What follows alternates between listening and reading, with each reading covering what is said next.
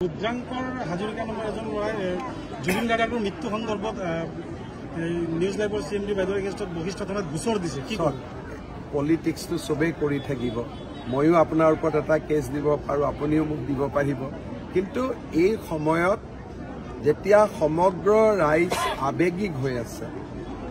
এই ঘটনাবিলাকক লৈ ৰাজনীতি কৰি থকাটো উচিত নহয় ৰাজনীতিৰ যেটো সময় থাকে খুব কম সময় থাকে আৰু এইবিলাক কেতিয়াবা মই দেখা পাইছো যে অসমত এনেকুৱা এছাম ব্যক্তি আছে যেতিয়া কিবা এটা ঘটনা হয় নিজৰ নামটো কেনেকে পপুলাৰ কৰিব পাৰি গতিকে এইবিলাক ঠিক ব্যৱস্থা নহয় আৰু মই ভাবো যে